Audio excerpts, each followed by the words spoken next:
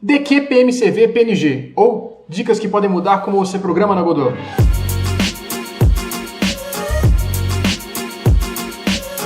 No episódio de hoje a gente vai falar de classes e também de ordem de execução. Isso é uma coisa muito específica que eu esbarrei há um tempo atrás enquanto eu fazia alguns códigos. Isso aqui é um pouquinho avançado, talvez, mas vai ser útil aí para alguém, eu tenho certeza.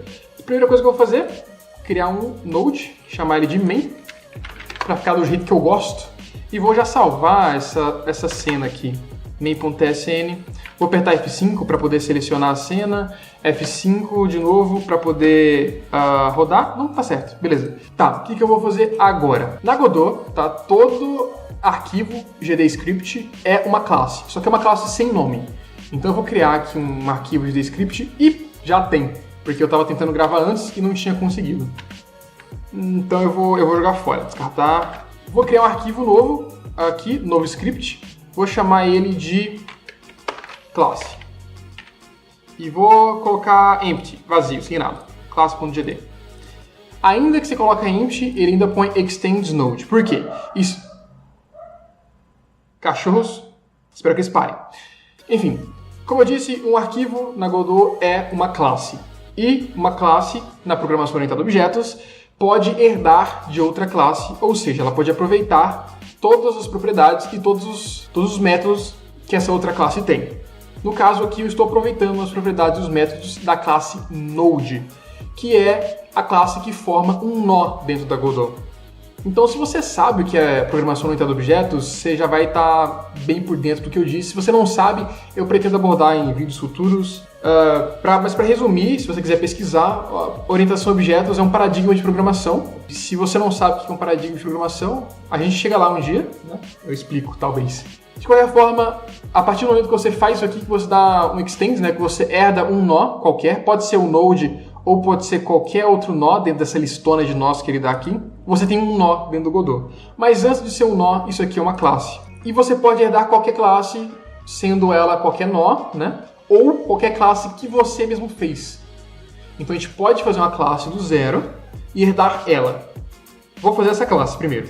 Então extends, vamos fazer uma classe com Node 2D. Extends Node 2D. Então agora eu estou usando, vou abrir a documentação do Node 2D. Eu estou usando todas essas propriedades, position, rotation, todos esses métodos, apply scale, getAngle2 e todas essas, nesse arquivo. Então antes ele não está vazio, ele parece que está vazio, mas na verdade ele está aproveitando tudo isso aqui. Como eu estou aproveitando tudo aquilo, eu vou fazer uma classe que é um movimento em 8 direções, para se movimentar em 8 direções bem simples. E vou aproveitar um método chamado draw, para desenhar um círculo na tela, só para a gente ter algo para mostrar na tela. Draw circle, aqui. Primeiro tem a position, vector 2, a posição 0, 0 mesmo, radius eu vou por 20, e color vamos por 1, 1, 1, uma cor branca. Se eu dar F5, esse círculo vai aparecer em lugar nenhum. Então, por enquanto eu vou só fazer a classe. E o círculo vai aparecer depois que a gente herdar ela. Para essa classe de movimento, eu vou criar a variável direção e a variável velocidade. Vai ser a coisa mais simples que eu puder fazer aqui. E dentro da função process, vou pôr dentro da process mesmo, não vou nem pôr dentro da physics process, vou nem considerar colisão nem nada assim. Eu vou usar um método aqui do Node 2D chamado translate aqui. Você passa um vector 2 e ele vai mover esse nó, a posição desse nó, na quantidade que for do vector 2 na mesma direção e tudo mais. Então eu vou usar o translate, vou mover na direção, vezes a velocidade, vezes delta. Legal. A direção vai começar com o vector 2, vazia, e a velocidade vamos colocar 500 pixels por segundo. Pronto, a gente tem uma classe útil já que a gente pode aproveitar.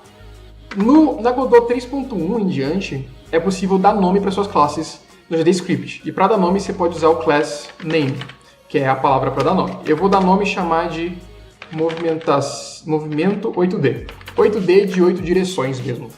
Ok, quando você faz esse class name, lembrando, a partir do 3.1, ele aparece aqui. Aparece essa classe aqui para você adicionar. Então eu poderia adicionar aqui. Não vou fazer isso agora. Vou sair. Mas eu vou criar um outro script. Antes de criar esse outro script, eu vou, na verdade, renomear esse script aqui. E vou chamar ele de movimento 8D. Então aqui vai uma outra dica. Eu renomeei o script, mas eu ainda estou editando um arquivo chamado classe.gd. Se eu salvar, ele vai criar esse classe.gd de novo, se eu der Ctrl S aqui. Ou não, ele fazia isso antes, eu acho. Em vez de fazer isso, ele renomeou aqui o nome, movimento 8D. Ok, eu fui surpreendido agora, essa fica aí uma dica extra que eu estou dando para mim mesmo também. Então ficou o movimento 8D. Eu achei que ia salvar outro arquivo com o nome antigo. Já que não aconteceu isso, tudo bem. A gente tem o movimento 8D.gd aqui com o class name movimento 8D. Eu vou criar um outro GD script, mas eu vou criar um Node 2D e vou chamar ele de personagem. Vai ser um personagem que vai ter a movimentação em 8 direções que a gente fez. Vou adicionar um script, empty, personagem.gd.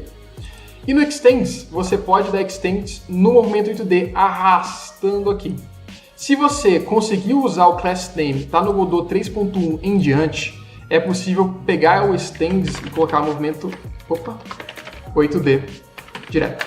E já funciona. Se eu der F5, então, tem um círculo branco aqui na posição 00. Por quê? Eu tenho o personagem tem um script, e esse script está herdando de movimento 8D, e lá no movimento 8D tem uma função draw, desenhando um círculo.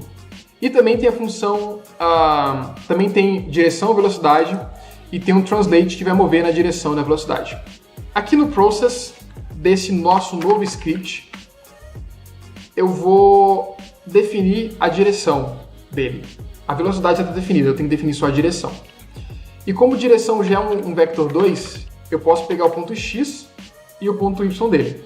O ponto x eu vou dizer que input.isKeyPressed e vou usar aqui a d, como se fosse movendo para a direita. Esse isKeyPressed é um método que retorna um booleano, true ou false. Eu quero um inteiro para poder fazer uma continha com ele. Para fazer isso eu posso dar um asInt. Isso aqui só está disponível no Godot 3.1 em diante. Se você quiser fazer a mesma coisa no Godot 3.0, você precisa fazer isso aqui, já vimos em vídeos passados. Você faz isso aqui, que é a mesma coisa que fazer esse asInt. Beleza. Espero que esteja dando para entender. Menos, agora eu vou fazer a mesma coisa, só que em vez de key D, eu vou usar key S. Key D é uma constante que está na documentação da Godot, tá? Representando a tecla D do teclado. Existe uma lista na documentação para todas as constantes, cada uma para cada tecla do teclado, para cada botão de um controle. Tem tudo quanto é tipo de constante. Tudo maiúsculo, key D, tudo maiúsculo, key S para D e para S. Se eu estiver pressionando D, isso aqui vai valer 1. Se eu estiver pressionando S, isso aqui vai valer 1. Se não, vai valer S, vai valer 0, né? Se não estiver apertando nenhum deles. E aí essa conta aqui basicamente vai retornar se eu estou indo para alguma direção e qual direção eu estou indo. Vou fazer a mesma coisa para a direção Y, né? Para baixo ou para cima. Só que em vez de D e S eu vou usar W e S. Não é para usar D e S, é para usar D e A. Aqui. Coloquei errado, percebi agora, não tem problema. Eu não vou ficar muito tempo explicando isso aqui porque não é o foco do vídeo. Ele já deve mover já sozinho. Sozinho não, né? Sim, já deve... Opa! Coisas erradas não estão certas. Eu estou movendo... Ah, tá. Beleza. É direção.y. Senão não... Enfim. Legal. O problema é que eu estou apertando W e ele está indo para baixo, eu estou apertando S e está indo para cima. Isso aqui está invertido porque eu não prestei atenção e fiz rápido demais. Mas é desse jeito aqui. Agora sim, você já consegue mover ele com WASD tranquilo. Inclusive, eu quero fazer aqui direção igual a direção .normalized. Por que eu estou fazendo isso? Eu não vou explicar agora, realmente. Mas é basicamente para que ele, quando ande na diagonal, tenha a mesma velocidade que quando ele anda sem ser na diagonal. Só para baixo, só para cima. O que isso significa, né? Por que é desse jeito que eu faço, foge um pouco do escopo do vídeo.